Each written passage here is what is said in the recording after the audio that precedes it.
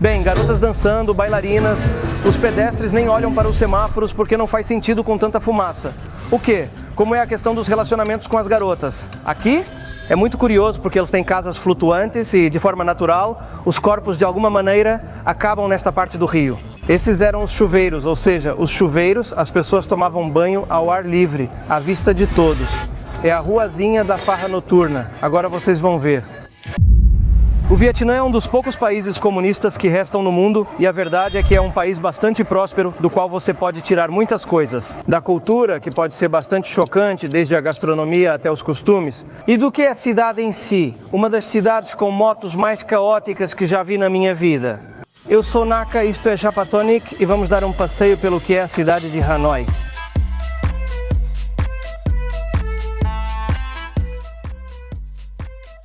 Estamos aqui em frente ao lago, mas o fato é que Hanoi é a cidade dos lagos. Tem lagos por todos os lados. Embora eu não saiba o nome, é o mais conhecido que você sempre vê nos guias turísticos que tem uma ponte. Um prédio no meio do lago como esse é o centro de Hanoi. A área mais popular é onde a terra é mais valorizada do que aqui, por esta região. O metro quadrado vale cerca de 80 mil dólares, mas quase ninguém vende terrenos, pois todos já são proprietários. Já faz muito tempo que os vietnamitas são muito autônomos, muito ligados às suas próprias coisas, tanto que mantém seus negócios tradicionais. Agora, este país, a quantidade de motos, carros e tudo o que tem aqui é impressionante, e aqui meio que você não precisa olhar muito quão perto vem a moto. Simplesmente você tem que andar e eles simplesmente sabem fluir, como um rio harmonioso do qual sabem desviar de você. E agora, como faz? A quantidade de motos, isso gera um nível de poluição muito alto. O ar de Hanoi é muito sujo, o tempo todo parece uma neblina, que eu não acho que seja por causa do clima, mas sim pelo nível de poluição que tem lá. Os carros e as motos, mas é terrível a quantidade de motos que tem agora. O que dizem é que daqui a 1 ou 2 anos querem começar a proibir as motos a gasolina e tornar tudo elétrico. Acho que vai ter que ser bem aos poucos porque é muita moto que tem e não acredito que todo mundo possa comprar uma moto elétrica, do nada. Porque além disso, aqui os níveis de pobreza, riqueza e tudo isso são extremamente desbalanceados. Uma pessoa, um garçom, por exemplo, ganharia cerca de 2 dólares por hora, uma média de 200 até 400 dólares. Também não é fácil colocar nas estatísticas qual é a quantidade de classe média, baixa, alta, mas estima-se mais ou menos que um pouco mais da metade é de classe baixa. Classe média, uns 30% mais ou menos, não chega a 40% e uns 10 a 15% de classe alta. Além disso, os comerciantes são muito trabalhadores, aqui abrem de manhã e fecham basicamente quando já não tem mais gente, eles sabem que quanto mais trabalham, mais podem ganhar. E é incrível a quantidade de vendedores ambulantes, de pessoas que nem dá para chamar de barraca de rua, mas sim pessoas que simplesmente se sentam no chão e começam a vender coisas. Aqui está cheio disso. Devo dizer que apesar de haver mais motos do que na China, eles buzinam menos do que os chineses, pelo menos menos do que o pessoal de Shenzhen. Aqui temos uma loja Miniso, é muito engraçado porque na China também vi e me disseram que tem em outros países também. Mas é engraçado porque todo mundo acha que a Miniso é uma marca japonesa. Quero dizer para todos que Miniso no Japão não existe e é uma marca chinesa. China. Coffee, a fumaça. O quê? Coffee. Lugares de massagem tem em todo lugar e eu adoro porque na entrada eles colocam garotas bonitas na recepção, mas é só massagem mesmo. Tudo que é serviço de garotas é ilegal e por isso é bem escondido.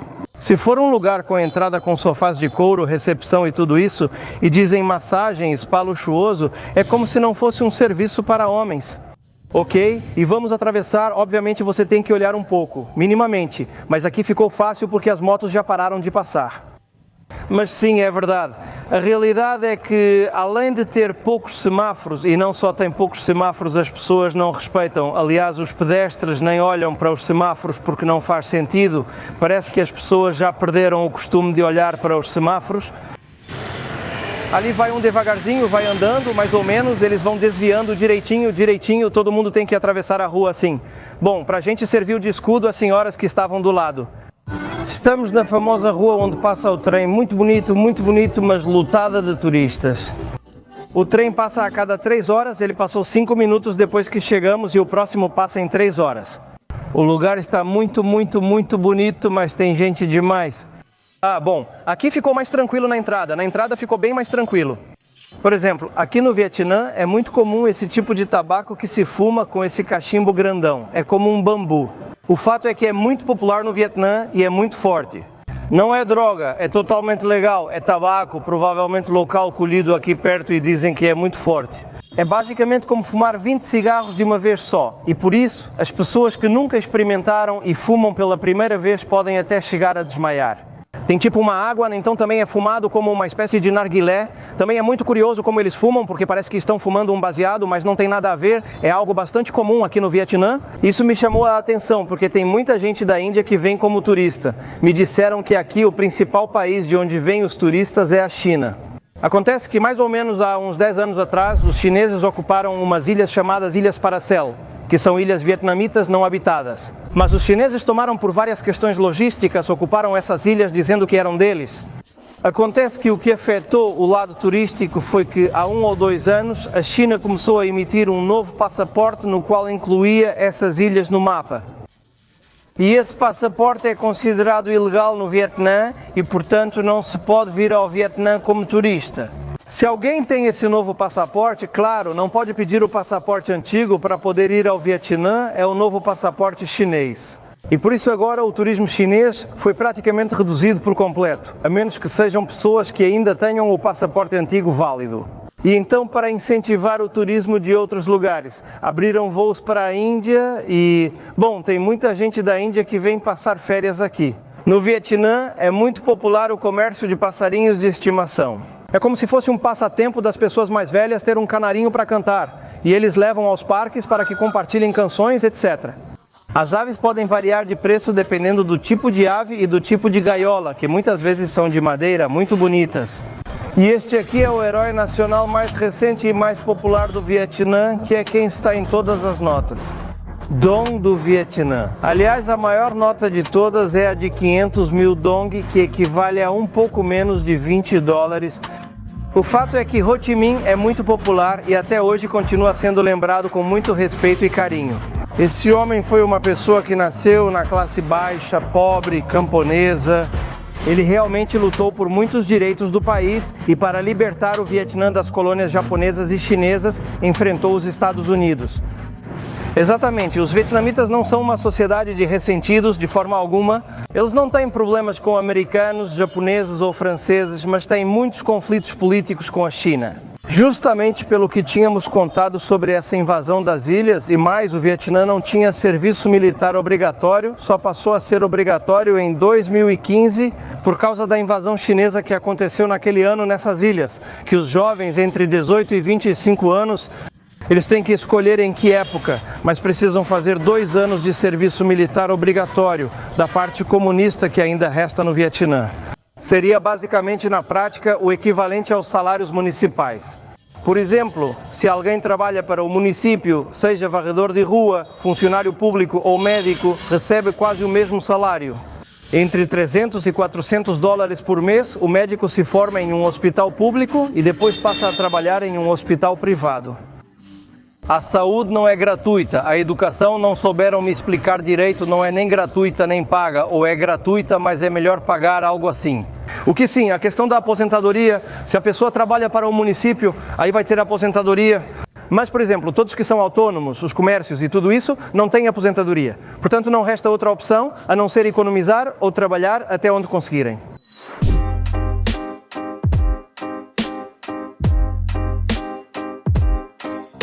E hoje vamos visitar um amigo. Tem o detalhe de que é preciso deixar os sapatos na entrada, é um costume parecido com o do Japão, mas é muito curioso porque os sapatos ficam do lado de fora. Olá, Alberto, como você está? Bem-vindo. Esta é a segunda tomada. Ele nos convidou e pedimos para ver a casa, pois eu estava curioso sobre como são as casas no Vietnã. Isto é um apartamento, um flat, e esta casa é enorme. Sim, realmente é muito grande. Quanto mede isso? Cerca de 90 metros quadrados. Esta casa tem apenas um quarto, foi feita para 2 pessoas. Os vietnamitas podem viver em uma casa muito menor e com muito mais pessoas no Vietnã. É muito comum que, por exemplo, 3 jovens compartilhem um quarto, até mesmo uma cama. Já é por causa do orçamento, claro. Exatamente, esta casa está bem boa. Quanto custa o aluguel? Bem, convertendo para dólares, são 430 por mês. É muito barato por esse preço. Em Tóquio você tem esse espaço na sua casa. Em Madrid você tem um quarto em uma casa compartilhada. Com certeza, espaço para uma mesa grande, sofás grandes, hotel grande, varanda. A cozinha é super ampla. A cozinha é uma das melhores partes da casa. Tem muito espaço para cozinhar. É legal. O forno, a máquina de lavar, o fogão elétrico, tudo. Corredor para a luz. O que é isso? Isso é um vão que não tem nada. Sim, um pouco como ventilação. Aqui estão os banheiros. Este é o banheiro que é muito pequeno para cultivar brotos em casa. Não, mas está super bom. Tem a banheira separada, é um banheiro. Isso é bom. E aqui está o quarto. Escritório, tela. Né? Também super ampla a suíte e... Algo bom que tem é que não tem muito barulho ao redor. Você está feliz aqui? Estou muito feliz, na verdade sim, com o lance do YouTube e do site. Isso é meu hobby, mas também gosto do meu trabalho. Eu quis ser professor desde os 15 anos e estou realizando o meu sonho, mas além disso estou fazendo o meu hobby. Não é tudo, é uma boa combinação. Ontem, quando nos conhecemos, conversamos, você quando chegou de uma forma muito estranha, como se tivessem te contratado para uma escola, mas tinha sido tudo um engano. O lugar, o salário que estavam te oferecendo, tirar o passaporte, tudo isso, e até que você teve que fugir às 5 da manhã exatamente. A primeira experiência foi péssima, você fugiu e depois achou uma boa escola, digamos. Foi fatal. Fiquei alguns meses sem trabalhar pensando, o que eu faço, pego um voo e volto para a Espanha procurando e tal, e no final tive sorte. Mas eu sou um dos que paga menos pelo seu apartamento no meu trabalho. Ou seja, o pessoal está pagando 600, 700, para mim isso é uma pechincha. Pagar mesmo no Vietnã é barato, pois não gosto de pagar a mais. Não, bom, ninguém, você também não. É que eu sou muito mão de vaca, procurei bem a casa. Ok. Bom, Alberto, vamos lá. Uma pergunta que muita gente vai ter curiosidade. Como é a questão dos relacionamentos com as garotas aqui? Depende um pouco do que você procura. Com certeza existem choques culturais. 100%, ok? Nesse aspecto. Por exemplo, quando comecei a morar no Vietnã, baixei aqueles aplicativos de namoro típicos e tive muitos matches. E eu pensava, meu Deus, que incrível, estou muito feliz. Nunca tive tanto sucesso assim. Mas de repente, quando comecei a conversar com elas, eram mulheres que praticamente estavam procurando um marido. Sabe, porra, muitos matches, mas no final não estamos procurando a mesma coisa, entende? Claro. Então tive que mudar minha descrição e dizer, olha, não estou procurando algo sério. E aí tive bem menos matches, mas os matches eram mais compatíveis. Ok, bom, beleza. Quer dizer... Pessoas um pouco mais mente aberta, menos tradicionais, claro. Como são, em geral, as garotas vietnamitas? Você vê alguma diferença entre elas e as garotas da Espanha, por exemplo? Há muitas diferenças em média. As pessoas aqui são menos abertas em relação a relacionamentos e tal do que na Espanha, então as pessoas são mais reservadas. Relacionamentos geralmente levam mais tempo para evoluir, ou seja, para melhorar. O primeiro beijo, por exemplo, não ocorre logo no primeiro dia. Claro. Vejo isso parecido com o Japão. Formar um casal pode ocorrer já no segundo encontro, que é rápido, ou no terceiro ou quarto, ambos normais. Na Espanha, por exemplo, era muito difícil para mim conseguir um relacionamento sério, sim, enquanto aqui não é tão difícil. E também tem o fato de que aqui as pessoas se comprometem muito com o relacionamento. Ou seja, meus relacionamentos na Espanha eram um pouco mais frágeis do que aqui. Sim, aqui eu percebia que quando estava com alguém, a pessoa realmente estava comprometida em estar comigo, sabe? E isso é algo que eu valorizo muito nas pessoas com quem estive no Vietnã, porque realmente me deram muita confiança. E quanto à personalidade, elas têm um caráter forte. São mais submissas. As japonesas, por exemplo, têm muita fama de serem submissas, mas a realidade é que ultimamente já não é bem assim. Na verdade, mulheres geralmente têm mais personalidade que homens. Ou seja, na verdade, é o homem que tem que ter paciência. Até uns 50 anos atrás, talvez não fosse assim, era a mulher que tinha que ter paciência porque era mais submissa. Vamos ver, pela minha experiência, mulheres vietnamitas não são submissas. É uma cultura onde a mulher trabalha muito. Aqui não. Praticamente todas as pessoas com quem trabalhei, todos os chefes que tive foram mulheres. Ou seja, lá já teve uma presidenta do governo. No Vietnã, as mulheres têm papel importante durante a guerra, participaram do exército e lutaram ao lado dos homens contra os Estados Unidos. Claro, é verdade que existem papéis de género, ou seja, a mulher tende a ficar mais próxima de casa no mundo tradicional, tende a trabalhar nos campos, perto de casa, a cuidar mais do lar, e o homem tem uma visão de ser aquele que talvez vai mais longe para trabalhar. Mas na hora da verdade há mulheres muito fortes, e na minha experiência não. Minhas relações, por exemplo, não eram pessoas que faziam o que eu queria, ou seja, não eram mulheres que se adequavam a mim. Era um pouco de troca nesse sentido. Há uma fama de que a mulher asiática é mais submissa, mas para mim não é assim. Talvez seja mais comprometida e tradicional, mas não necessariamente submissa. É um tema interessante, eu também já pensei muito sobre isso, como eu explico, muitas vezes, embora depois exista de tudo, não é? Sim, claro, vamos. O caso é um eu. Também já tive encontros com pessoas que eram meio malucas e muito dominadoras, nada harmoniosas. E isso também existe, ou seja, no final cada pessoa é diferente, mas essa é a tendência. Ok, estávamos conversando de boa, sei lá, nada demais. E atrás, na mesa da frente, os caras estavam limpando. Como eu já percebi que é costume jogar todos os restos no chão e depois varrer, sei lá. Mas o que me surpreendeu é que não todos, mas alguns pratos que sobraram, eles jogaram ali no lago. É para os peixes. Só consigo imaginar isso. A questão do serviço militar obrigatório, depois eu pesquisei direito, é obrigatório na teoria, mas no final quase ninguém faz, acaba que não é obrigatório. Se a pessoa trabalha ou se vai para a universidade, supostamente, se vai para a universidade pode adiar até os 27 anos, mas é muito, muito fácil escapar disso e por isso basicamente poucas pessoas fazem. Quem me contou foi o Justo Alberto, que perguntou para a namorada dele, que tem irmãos dessa idade, e dizem que ninguém faz isso. O nível de festa que tem nessa rua, e a gente está ficando aqui perto, muito barulho, muita agitação, muita gente. E a outra quadra é a ruazinha da balada noturna. Agora vocês vão ver. Essa rua tem apenas 1 milhão, uns 100 metros, mas é um nível de quantidade de pessoas que tem por aqui. E tem dançarinas também nesses bares ali, você vê as garotas dançando. Bom, garotas dançando não, isso aqui é um caos, é uma área muito de festa. Bailarina eu não esperava encontrar. Isso, na verdade, eu não esperava. É muito parecido com a Tailândia. Isso agora... Interessante que ninguém se importa que eu esteja gravando, ninguém pede para eu abaixar a câmera, as garotas não desviam o olhar, está tudo certo, bares de companhia. Bom, e acabei de descobrir que nosso Airbnb ficava bem ao lado de toda aquela confusão, porque quando chegamos estava tudo normal, estava tudo apagado.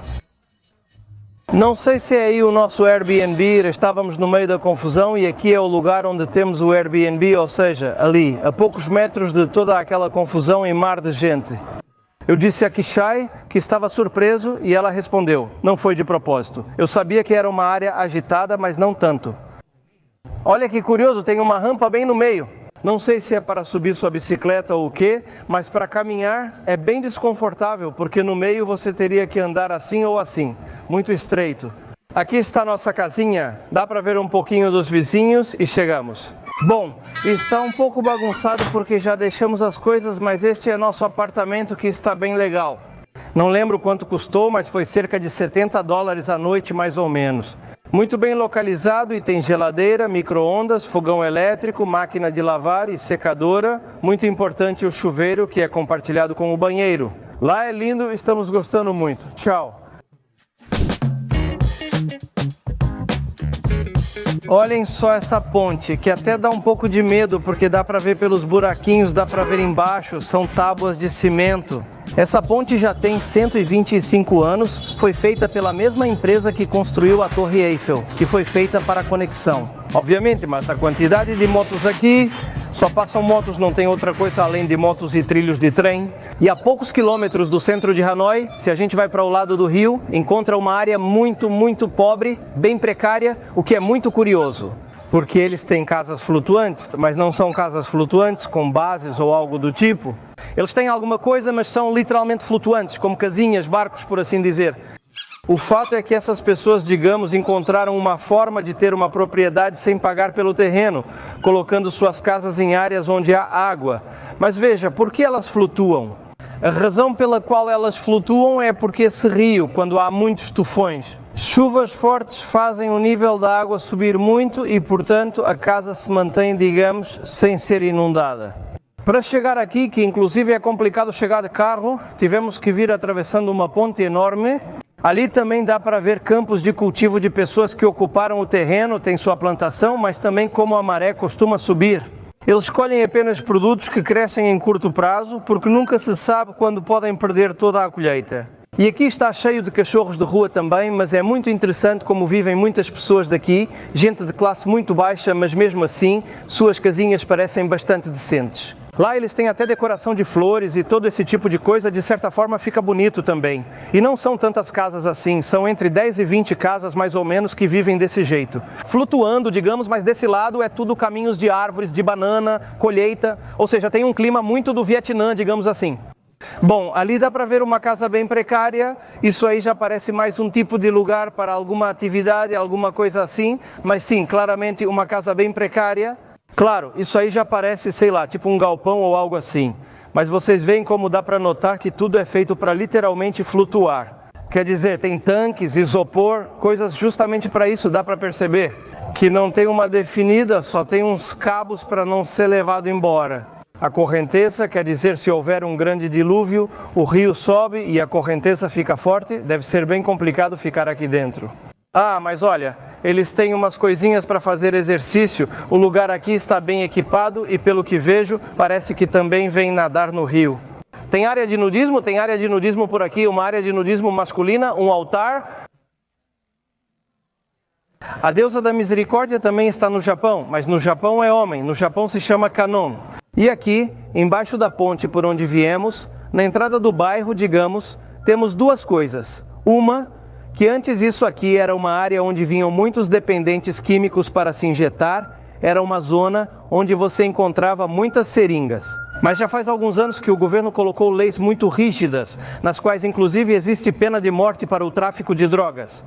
E portanto, hoje em dia está bastante limpo de entorpecentes. O país, que além de ser muito estigmatizado, não está nem um pouco normalizado, pois a sociedade vê isso como algo muito ruim, a ponto de que, se encontrarem alguém se drogando, as pessoas podem denunciar de alguma forma. E outra coisa é que aqui há um altar que foi colocado para os espíritos das pessoas que morreram no rio, porque é exatamente onde está essa ponte. De forma natural, há pessoas que tiraram a própria vida, acidentes e as inundações, ou até mesmo gente que vem nadar e de repente a correnteza está forte. E de forma natural. De alguma forma, os corpos acabam parando nessa parte do rio, embaixo da ponte. É como se fosse uma área onde sempre encontraram corpos, e esse padrão se repetia. Colocaram esse altar para acalmar, estabilizar o espírito das pessoas que faleceram, para que descansem em paz, para que cheguem ao outro mundo. Ai, olhem, coitadinho. Descansava aqui, morreu em 2018 e o túmulo já está sendo usado como lixo. E daquele lado dá para ver muitas oferendas de pessoas que devem ter falecido, corpos que devem ter encontrado na região. E tem duas casinhas bem precárias, não, uma casinha e a cozinha bem precária da região. Tem um barco ali que não sei o que está fazendo. Olá, me perguntaram se o senhor é estrangeiro, por onde passa para visitar? Ah, ok, sim, ok. Oh, obrigado que senhor tão simpático. Na verdade, não gosto de me aproximar muito porque não quero incomodar os locais, não quero parecer um forasteiro, mas bem, se o senhor nos permitir, bem, vejam, muito simples o senhor. Ali, gente jovem ali que está descansando, dormindo, ali tem o fogão a lenha, dá para ver que é um lugar super tranquilo para ficar. Também, né? Mas vocês veem que aqui há muitas ofrendas. As pessoas que perderam alguém deixam aqui, e suponho que de vez em quando os familiares vêm deixar incensos. Coisas desse tipo, não é algo meio parecido com a cultura japonesa, não é tão diferente? Sim, deixaram muitas coisinhas. Respeito pelas pessoas que descansam? Não sei, mas de tudo que vi no Vietnã, este é o lugar de que mais gostei. Eu sempre gosto mais das pessoas humildes, elas são sempre as mais gentis.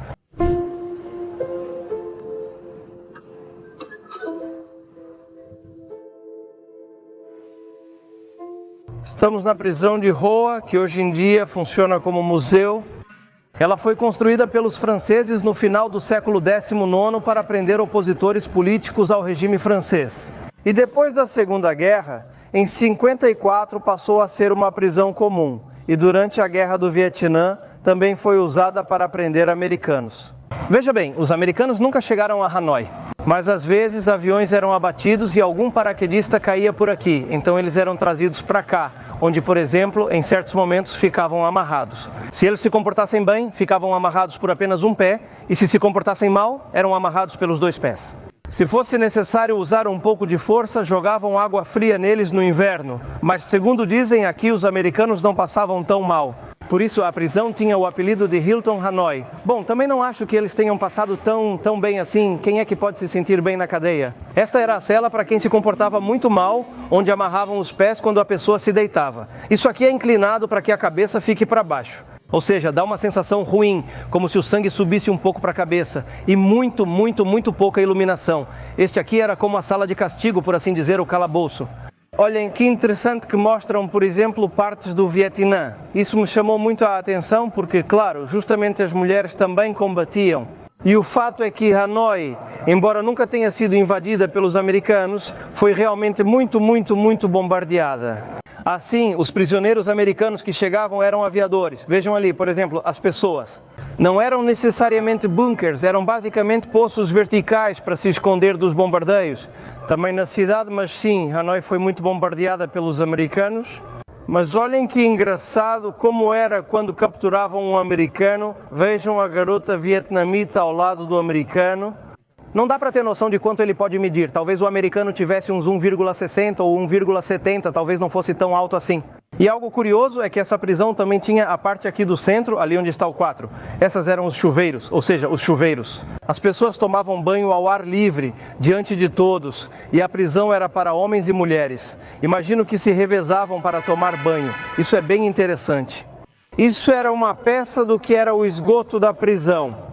E o fato é que muitos vietnamitas, não muitos, desculpe, 10 vietnamitas conseguiram escapar por esse pequeno espaço, ou seja, na época em que era usado como prisão para vietnamitas. Eles escaparam daqui, mas vocês conseguem imaginar que uma pessoa possa passar por aqui? Imaginem o tamanho das pessoas. Naquela época eles eram só pele e osso e, claro, do outro tipo de esgoto, sem grades. Aqui conseguiram escapar cerca de 100 vietnamitas, mas repito, vietnamitas antes de 54. Depois, quando foi usada como prisão para americanos, aí nenhum americano conseguia escapar, os prisioneiros americanos até podiam ter missa, árvore de Natal, praticar esportes. Pelo que se vê, de qualquer forma, houve muito poucos americanos presos aqui. Não chegaram a 100. Bom, e aqui é onde fica o mausoléu de Ho Chi Minh, que só pode ser visitado pela manhã. Não podemos entrar, mas é possível ver o corpo embalsamado do falecido presidente do Vietnã. Ali está escrito Viva a República Socialista do Vietnã. Interessante? Ho Chi Minh é uma figura bastante querida pelo povo vietnamita, porque deixou um grande legado, libertou o Vietnã da ocupação francesa. Ele conseguiu se defender contra os americanos. Ele foi uma pessoa bastante austera, sem muitos luxos, e deu bastante importância a isso. A educação no Vietnã, assim como no Sudeste Asiático, nem sempre foi prioridade, especialmente naquela época, antes dos anos 70, por isso ele é uma figura muito querida. Como já mencionamos, o templo é muito bonito, embora bom, não seja tão diferente do que se vê no resto da Ásia. O que mais me impressionou foi o tamanho dos pomelos. Veja só, são enormes. Não quero tocar por respeito, mas são realmente gigantes. Me chama muito a atenção o fato de que dentro do templo, em vez de ser silencioso, toca música de meditação. Isso me deixa muito curioso. Ali o altar com Buda, como não? Aqui também é muito comum o manji, o símbolo do budismo. Bem, pessoas que morreram, que pelo que me dizem são pessoas relacionadas ao templo. A verdade é que estou indo embora, apaixonado pela riqueza cultural que o Vietnã tem. Gostei muito desse país, recomendo muito. Espero que tenham gostado. Até a próxima. Abraço para você, família, bichinho de estimação, e pro vizinho. Tchau.